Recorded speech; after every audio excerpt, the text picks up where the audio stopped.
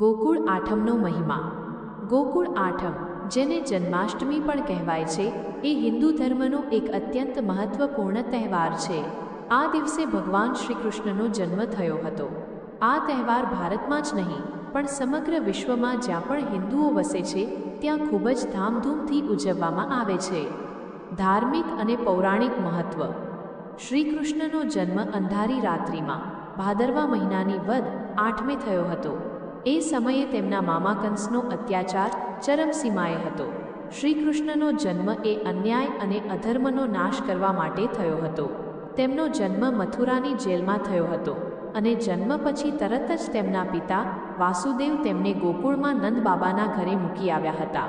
આ ઘટના ધર્મની સ્થાપના અને સત્યના વિજયનું પ્રતીક છે. તહેવારની ઉજવણી.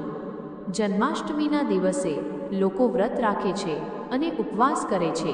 મંદિરોમાં સુંદર સજાવટ કરવામાં આવે છે અને શ્રી કૃષ્ણના બાળ સ્વરૂપને પારણામાં ઝુલાવવામાં આવે છે. રાત્રે બપોર વાગે ભગવાનનો જન્મ થયા પછી આરતી કરવામાં આવે છે અને ઉપવાસ તોડવામાં આવે છે. આ પ્રસંગે માખણ મિશ્રી, પંજરી અને અન્ય પ્રસાદ બનાવવામાં આવે છે. ઘણા સ્થળોએ રાસલીલા અને મટકી ફોડ જેવા કાર્યક્રમોનું પણ આયોજન કરવામાં આવે છે, જે શ્રી કૃષ્ણના બાળપણની લીલાઓનું સ્મરણ કરાવે છે. સાંસ્કૃતિક અને સામાજિક મહત્વ. ગોકુળ આઠમ માત્ર ધાર્મિક તહેવાર નથી, પરંતુ તેનો સામાજિક અને સાંસ્કૃતિક મહત્વ પણ છે. આ તહેવાર ભાઈચારા અને એકતાનો સંદેશ આપે છે.